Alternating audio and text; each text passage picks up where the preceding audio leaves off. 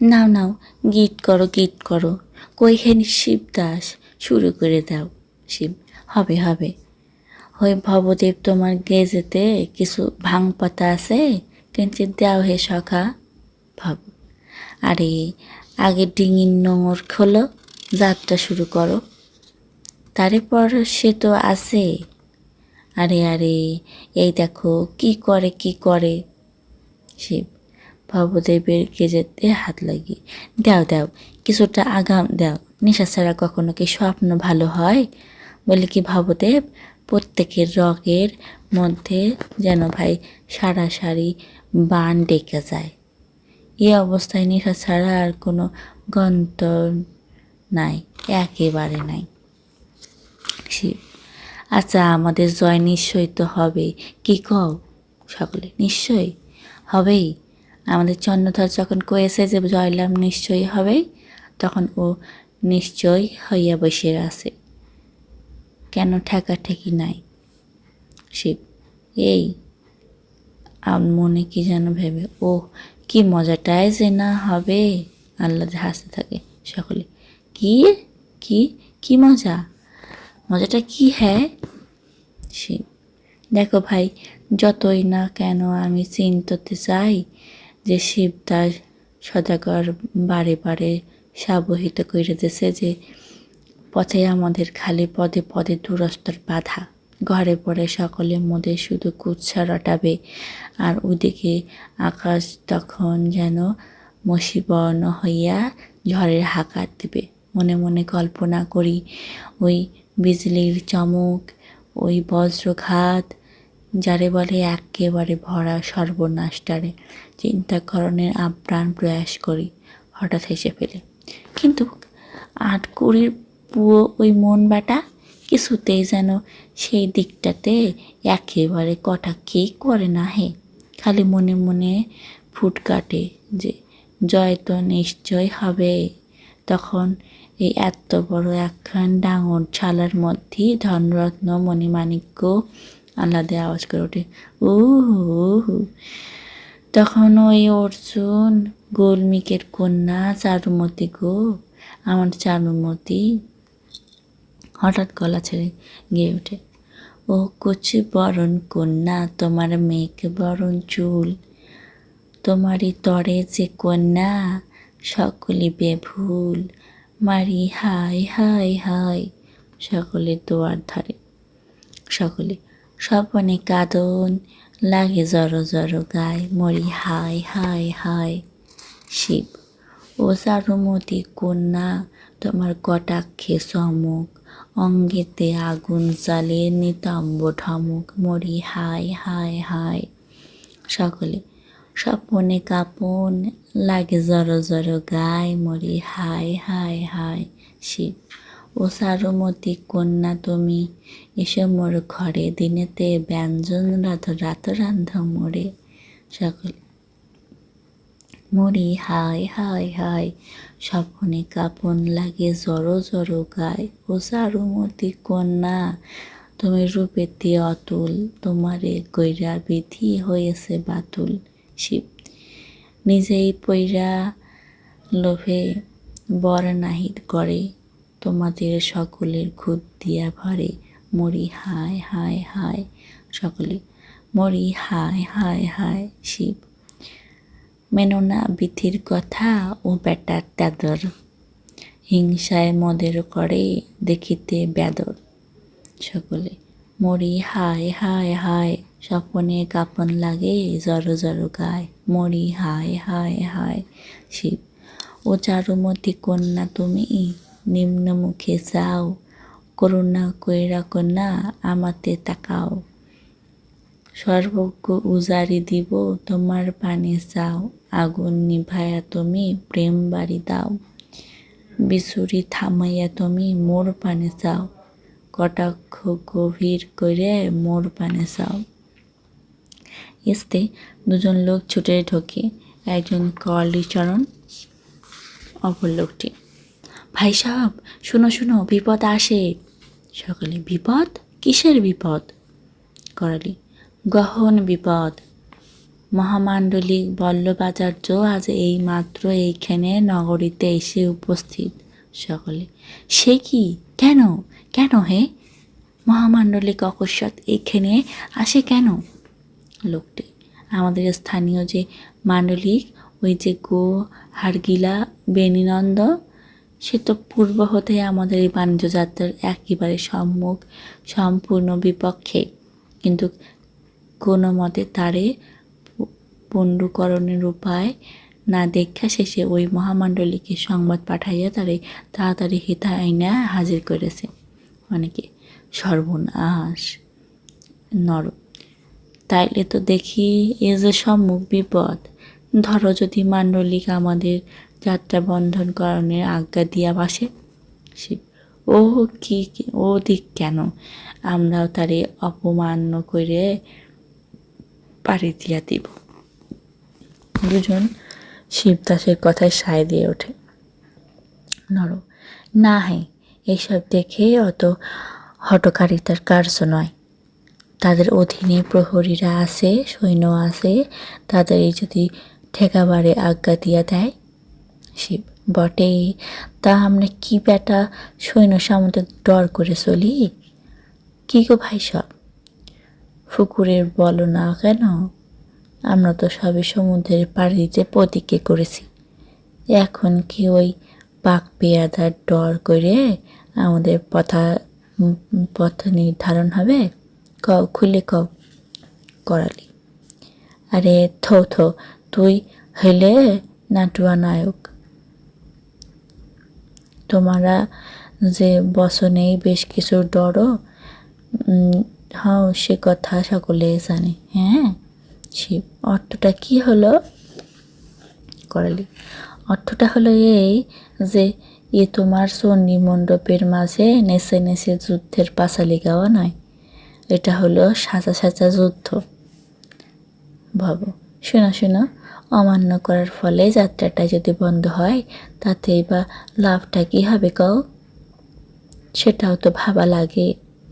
শিব, আর অন্যায়েরে মান্য করে নিলে আমাদের মনুষ্যটা নষ্ট হইয়া যায়, তাতে কার কোনো লাভ খানা হয়, সেটা বুঝি ভাববাই লাগে না। করালি, আরে হ্যাঁ, এর কয় যত বাহুবাস্ফোট।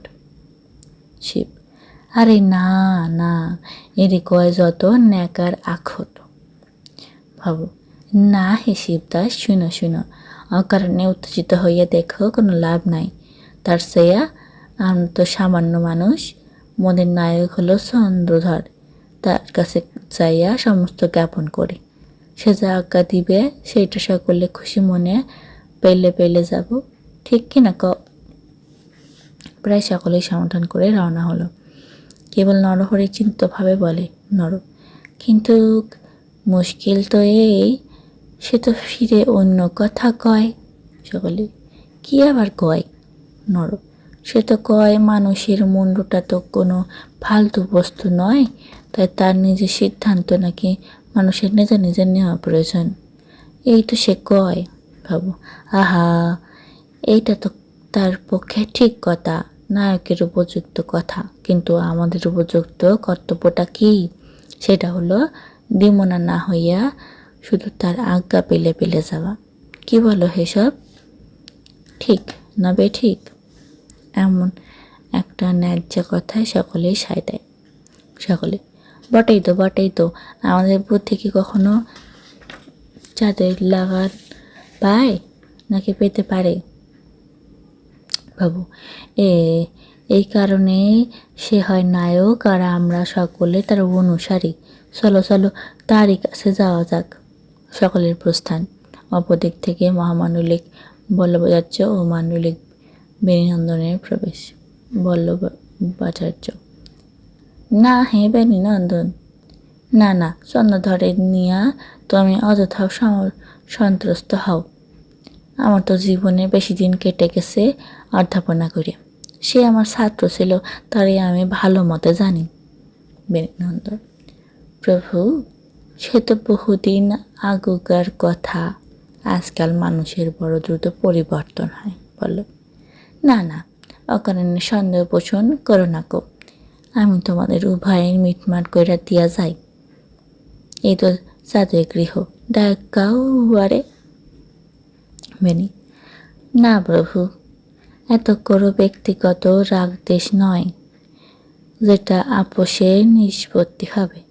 আমারও তো তার প্রতি মনে মনে সুবিপুল শ্রদ্ধা আছে, কিন্তু প্রভু, প্রত্যহ মোদীয় এই এলাকার মধ্যেই যদি চ্যাঙ্গরা জুটাইয়া আমার এই শীর্ণতারে ব্যঙ্গ করে, তাহলে তো প্রভু রাজধিকরণের মর্যাদা রক্ষণ খুবই মুশকিলের হইয়া পড়ে।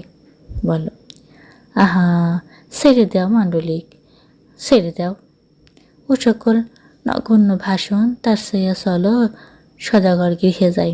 বেনি, প্রভু, তারই শিক্ষা মতো একজনা গয়লা ফেরে বলে, ওই হাড় গিলাটা, আর অপরের সাথে সাথে ধুইয়া ধরে, নিপাত যাওক, নিপাত যাওক। এটা কি নগণ্য ভাষণ? বল, তুচ্ছ তুচ্ছ, তুমিও ওই উত্তর স্বরূপে আমার শরীরে কিছু মেদ বৃদ্ধি ঘটাও না কেন? তোমার শরীরে যেটা প্রয়োজনও বটে। রাজনীতিকরণে কর্ম মধ্যে নিদ্রা হলো প্রধান প্রক্রিয়া। বেন কঠিন হেসে, প্রভু, গত সনে আপনার সুযোগ্য সন্তান শ্রীমান ভাস্কর আমার সঙ্গীতিহেতা সহকারী ছিল। তার স্থূলতার তরে এরা তাকে ভেক বললে 4 রাত দিন তারই নামে এক শ্লোক উচ্চারণ করে যেত। কইত যে, মেদভারের নপুষক ভাস্কর তস্কর, তাই পুত্রার্থে ভেকিনি করে পাইকের ঘর। সে তুচ্ছ ভাষণের প্রাবল এই প্রভু চাকরিতে ক্ষমা দিয়া ভাস্কর এখন দেশে ফিরে গেছে। বলো, প্রচণ্ড বিষয়। এই কথা তুমি আমারই সম্মুখে কও। বেনি, প্রভু, তৎকালে আমিও এসেছে কিনা সেই ভ্রমের সংবাদ আজ প্রভুর সকাশে স্বীকার করেছি মাত্র। বলো, এতখানি স্বীকারের ক্ষমতা তখন অনুমান করি রাজধানীতেও কোনো সুউচ্চ ব্যক্তির সাথে তোমার ঘনিষ্ঠ কিছু যোগাযোগ আছে। বেনি, বিনয়াবশত হয়। প্রভু, আপনারই মতো কতিপয় মহাশয় ব্যক্তি, যথা রাজমন্ত্রী, প্রধান কোটাল, আপনারই মতো দানে এই অধম দাসানুদাসের কৃতার্থ করেন। বল, ও চন্দ্রার সম্পর্কে তোমার মনোগতি অভিপ্রায় কি? বেনি, জিভ কেটে, আমার তো ব্যক্তিগত কোনো অভিপ্রায় থাকাই উচিত নয় প্রভু। অভিপ্রায় শাসনবিধির। সেই বিধির কাজ হলো সমাজের যে আকার আছে তার এক নিয়মের শৃঙ্খলায় বেঁধে পরিপাটি করে রাখা। তাই নিয়ম ভাঙার এই উচ্ছৃঙ্খল প্রবণতা কখনো সমাজে প্রশ্রয় পেতে পারে না। তাই প্রভু, নিয়মের এক পারে আমি, অন্য পারে সাধ। সে যদি প্রশ্রয় পায়, তাহলে সমাজে এখনো যেখানে যেটুকু ভালো আছে সেসবের প্রতি সাধারণের শ্রদ্ধাহীন হইয়া যাবে। তাতে কি এই দেশটার গঠনের কাজে আদপে সাহায্য হবে? বল, তাহলে এখন কর্তব্যটা কি? বেনি, এটা তো ত্রুটি হইয়া গেছে। আপনি স্বয়ং তার ঘর পানে না এসা তাদের আপন সকাশে আহ্বান করে পাঠাইলে যুক্তিযুক্ত হইত। বলো, তা যাত্রার পূর্বাহ্নে এই পরামর্শখানি আমার জ্ঞাপন করা যুক্তিযুক্ত ছিল। এখন এ ঠায়ে তার গৃহের সম্মুখে এসে কথা বলার কোনো লাভ আছে কি? এখন তো সেই আরুদ্ধ ঘটনা নিজের বেগেই অনিবার্য ঘটনার পরম্পরা সৃষ্টি করে যাবে। এখন কি আর এর ঠেকানো সম্ভব? বেনি, প্রভু, আমি তো সামান্য মাণ্ডলিক মাত্র, কিন্তু সত্যি কি প্রভু ঘটনার প্রতি নিবারণ করাই যায় না? যেমন দেখেন, মন্ত্রী মহাশয় কেন জানি সাধারণ ধারণা করেন যে শ্রীমান ভাস্কর্য নাকি একেবারে অকর্মণ্য পদার্থ, কিন্তু আমি তার তরে মন্ত্রী মহাশয়ের কাছে প্রচুর প্রশংসাবাদ করেই এসেছি। তার ফলে সম্ভাবনা আছে হয়তোবা রাজধানীতেই ভাস্কর্যে অতি শীঘ্রই কোনো এক উচ্চ পদ মিলে যেতে পারে। তা পুনরায় আমি যদি মন্ত্রী মহাশয়ের কাছে যাইয়া ভাস্করের সম্পর্কে সব পূর্ব কথা ভ্রম বলে স্বীকারোক্তি করি, তাহলে কি ঘটনার পরম্পরা ভিন্ন রূপ ধারণ করে না?